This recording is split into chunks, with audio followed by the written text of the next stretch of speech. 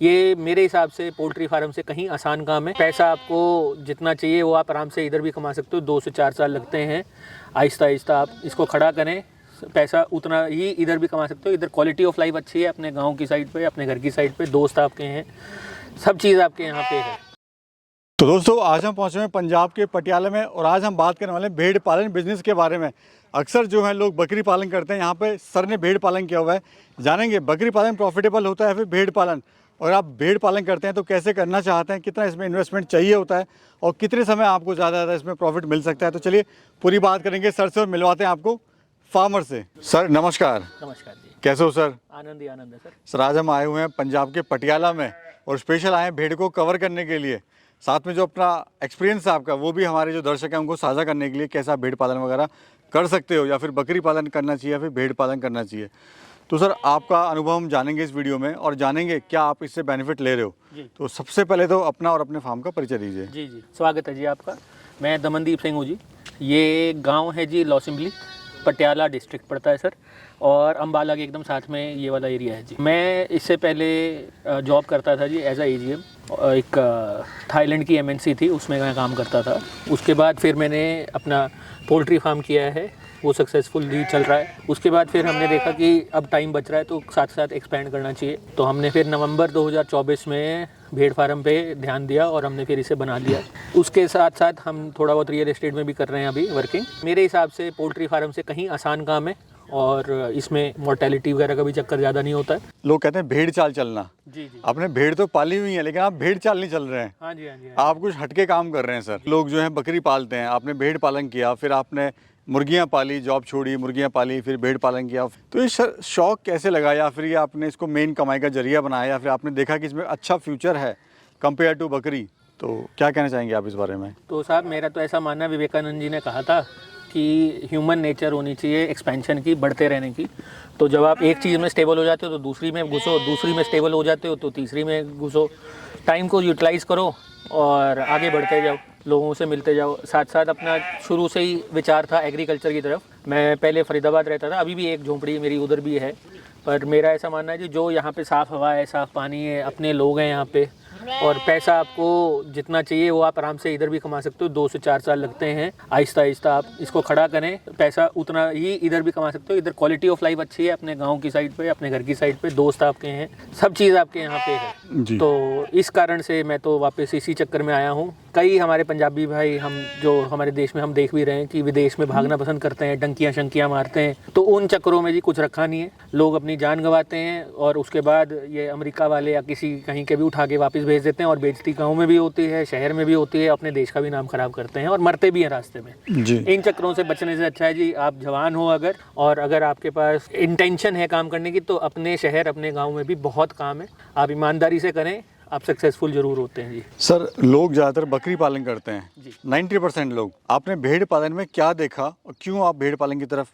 रुझान हुआ आपका? देखो जी, मैंने तो 2 तरह से इसको स्टडी किया था। पहला तो मैंने ऑब्जर्व किया हमारे गांव में या आसपास हरियाणा पंजाब में कि जी अगर आप किसी भी गडरिए को देखो तो 100 भेड़ होगी, 5 बकरी होगी। तो हमने कईयों से पूछा कि भाई साहब ऐसा क्यों है, तो वो कहते हैं जी इसको पालना आसान है, इसकी रेजिस्टेंस ज़्यादा है, इसके बच्चे आसानी से पल जाते हैं, क्या कहते हैं, खाना भी कम वेस्ट करती है। भेड़ चाल आपने जैसे बोला वो तो है ही है। इसके साथ साथ जी दूसरा तरीका हमने फिर साइंटिफिक वे किया जी। CSWRI में मैंने जाके ट्रेनिंग ली। टोंक में है जी, इंडिया का सबसे बड़ा 1560 एकड़ में पूरा कैंपस है जी। वहाँ पे उनके डायरेक्टर, साइंटिस्ट, क्योंकि साइंस और अपना जो गांव के एक्सपीरियंस दोनों को लेके ही आगे बढ़ना चाहिए, तो उनके हिसाब से जी इसकी मैं सिंपल मैथमेटिक्स की बात अगर करूं तो आज की डेट में अगर आपके पास 100 भेड़ है, 2 मिंडे हैं, तो अगले साल आपके पास 130 का एडिशन होता है ट्रेडिशनल तरीके से, जिसमें कि आप चराई वगैरह पे लेके जाते हैं। CSWRI के तरीके से आप चलेंगे तो एक साल में 100 से 170 और जुड़ते हैं, मोटा मोटा 270। हम ये नहीं कहते कि जी हम 130 कर लेंगे, 170 कर लेंगे, हम इसको 100 का ही लेके चलते हैं, क्योंकि खर्चे भी निकालने हैं, लेबर भी है हमारे पास, थोड़ा बहुत फीड भी हम रखते हैं, क्योंकि देखो सावन में तो जी थोड़ी बहुत मोर्टेलिटी इसमें भी है, तो उसको प्रिवेंट करने के लिए हम सावन के टाइम पे तो अपनी स्टॉल फीडिंग रखते हैं, बाकी चराई पे रखते हैं जी। मतलब प्रॉफिटेबल धंधा है, अपना समय भी इसमें इन्वेस्ट करें। अच्छा सर, ये तो आपने बारीकी से समझाया, क्योंकि बारीकी आप जानते हो। थोड़ा मोटे तरीके से समझाइए हमारे दर्शकों को कि अगर कोई 10 बकरी पालता है और 10 भेड़ पालता है, क्या खर्चा आएगा दोनों में, कंपेयर करें, और क्या प्रॉफिट हो, कितने समय में प्रॉफिट लेगा?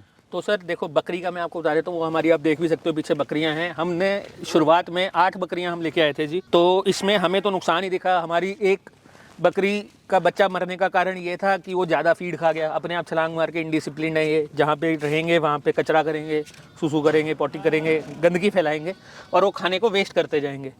तो बकरी का तो जी हमारा अपना एक्सपीरियंस तो फ्लॉप शो है जी। 8 लाए थे, 5 रह गई हैं और इसको हम ज़्यादा समय भी नहीं, 3 महीने में ही हमने ऑब्जर्वेशन में हमने सीखा कि भाई बकरी तो हमारे समझ से बाहर है। ठीक है जी। हाँ, बस इसलिए रखी हुई है कि जैसे किसी के 2 या 3 बच्चे आ जाते हैं भेड़ों में, तो इनका अगर थोड़ा बहुत दूध आता है तो हम इनमें दे देते हैं। तो बकरी का तो सर मैं सही आदमी नहीं हूँ, मैं आपको गलत क्यों गाइड करूँ, हमारे तो समझ में आया ही नहीं, तो इसकी मैथमेटिक्स हमने करी भी नहीं। अब आ जाते जी भेड़ पे।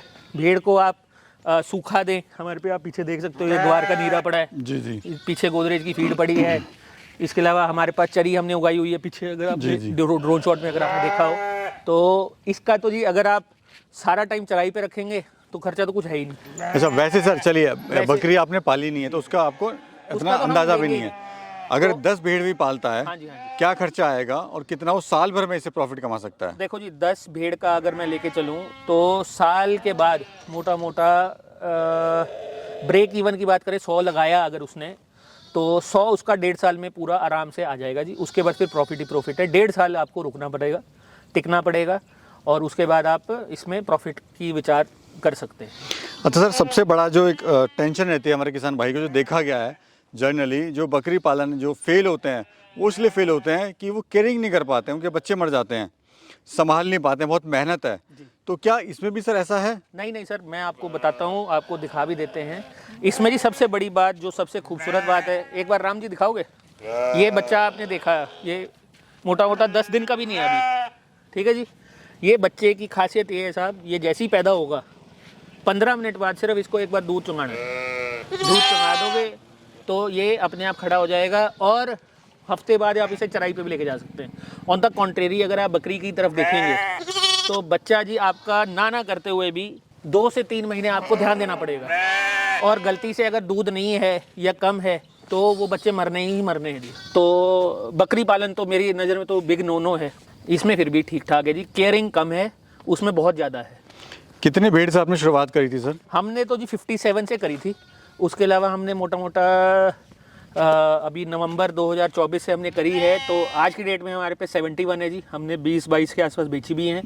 कुछ एक हमारी मरी भी हैं अभी, जैसे सावन में कुछ इनको दिक्कत रहती है, तो बच्चे अभी हुए, वो मर गए। 2 बच्चे कल परसों ही मरे ऐसे। तो आप लेके चलो, हम 100 के आंकड़े तक पहुंच गए थे, 6 महीने भी नहीं हुए। अब अभी हम लेके चलें तो मोटा मोटा हम ठीक ठाक नंबर पे हैं जी। अभी ऑल ओवर क्या प्रॉफिट आप सर ले रहे हैं? अभी तो जी प्रॉफिट नहीं है, आप लेके चल सकते हैं, अभी प्रॉफिट में नहीं है। 1.5 साल आप लेके चलो कि 1.5 साल बाद ब्रेक इवन है जी, फिर उसके आगे से प्रॉफिट है सर। सर एक बकरी हुई, उससे तो आप दूध भी ले रहे हो, मीट भी ले रहे हो जी सर। तो इस भेड़ से क्या क्या आपको मिलता है सर?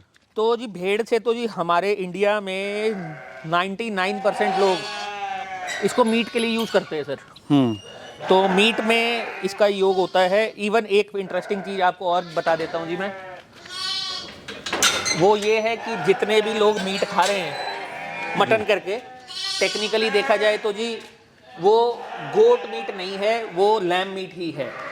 और अगर कोई बोलता है कि 600, 700, 800 रुपये किलो में उसको वो गोट मीट दे रहा है, तो वो ऐसा पॉसिबल ही नहीं है, क्योंकि खर्चे ही बहुत ज़्यादा हैं उसके। तो मेन इसकी प्रोडक्ट तो जी बात करें तो मीट ही है, ऊन का कोई इसमें फ़ायदा नहीं है। अभी जैसे मैं आपको बताया, पीछे मैं ट्रेनिंग भी करके आया, तो सरकार का रेट 40 रुपये किलो के हिसाब से है जी। एक भेड़ पे 1 साल में 1 किलो आनी है, उसको वो बल्क में भी होगी, उसको संभालते संभालते ही आपकी ना हो जानी है जी जी। तो हाँ, उसमें ट्रेनिंग में सिखाते हैं जी, वैल्यू एडिड प्रोडक्ट्स है, पनीर वनीर बनाओ जी, कई चीज़ें बनाओ। पर अभी हम लोग तो वहाँ इतना हमने इवॉल्व नहीं किया है, पर हम उनके टच में है। हो सकता है जब हमारा फोकस उस तरफ जाएगा तो आगे मार्केट थोड़ी इवॉल्व करेगी तो होगा। आप भी जानते ही हैं, जैसे इंडिया में कहने को बकरी का दूध बहुत अच्छा है, सब कुछ है, पर इसका सीज़न सिर्फ डेंगू जब होता है तभी होता है जी, क्योंकि डेंगू के बिना तो लोग बकरी का दूध को लेते ही नहीं है। वो भी कोई प्रॉफिटेबल वेंचर नहीं है जो हम सोचें कि बकरी का दूध बहुत प्रॉफिटेबल है, कोई लेने वाला ही नहीं है हमारी मार्केट में जी। अच्छा तो लेने वाला हो तो बिके। ये मुझे बताइए, पूरे फार्म का कितना एरिया है अभी? ये जी हमारा 80 बाय 20 के आसपास का है जी। मोटा मोटा फार्म। उसमें हमने सबसे आगे तो अपने जो लेबर है उनके लिए कमरा वमरा बनाया, वॉशरूम वगैरह है जी।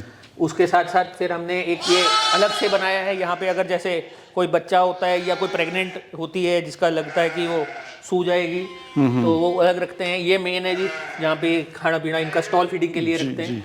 इधर हमने टोका मशीन लगाई हुई है सर। हाँ जी। तो जो चरी हम काट के उधर से लाते हैं या पीछे लगी हुई है वो हम यहाँ पे इसको तैयार करते हैं सर। और पीछे हमारा ग्वार का नीरा पड़ा है सर। अच्छा सर, हम ये जानना चाहेंगे जैसे बकरी की डाइट की कॉस्ट जो आती है 30 रुपये 25 रुपये इस तरह से आती है पर डे। जी जी जी। तो इसकी क्या कॉस्ट आ रही है आपको? 14 रुपीज़ के आसपास आती है जी। अगर आप लेबर को, इलेक्ट्रिसिटी को, आपके चरी तो हम खुद ही बोते हैं, 50 पैसे भी नहीं पड़ते हैं, तो 20 पैसे के आसपास अगर पड़ती हो तो वो भी हमने कभी देखा नहीं। बहुत ही कम खर्चे हैं जी उस तरह से। तो जी जी। और फीड का खर्चा आप लेके चलें, अगर बड़ा है एनिमल आपका तो आपको 400 ग्राम के आसपास देना चाहिए और छोटा है तो 200 ग्राम के आसपास लेना चाहिए। हद से हद आप सब मिला भी लें खर्चे जी तो आपका ये 14 रुपीज़ के आसपास पड़ता है। और वो भी तब जब 100% आप स्टॉल पे रखें। सावन में मैं आप सब किसान भाइयों को यही रिक्वेस्ट करूंगा कि आप इसे स्टॉल में ही रखें। 1-1.5 लाख का खर्चा जरूर आएगा आपका, पर आपका जानवर बच जाएगा। और अगर ये सावन या कोई भी सावन आप निकाल जाएंगे तो आप सक्सेसफुल हो जाएंगे।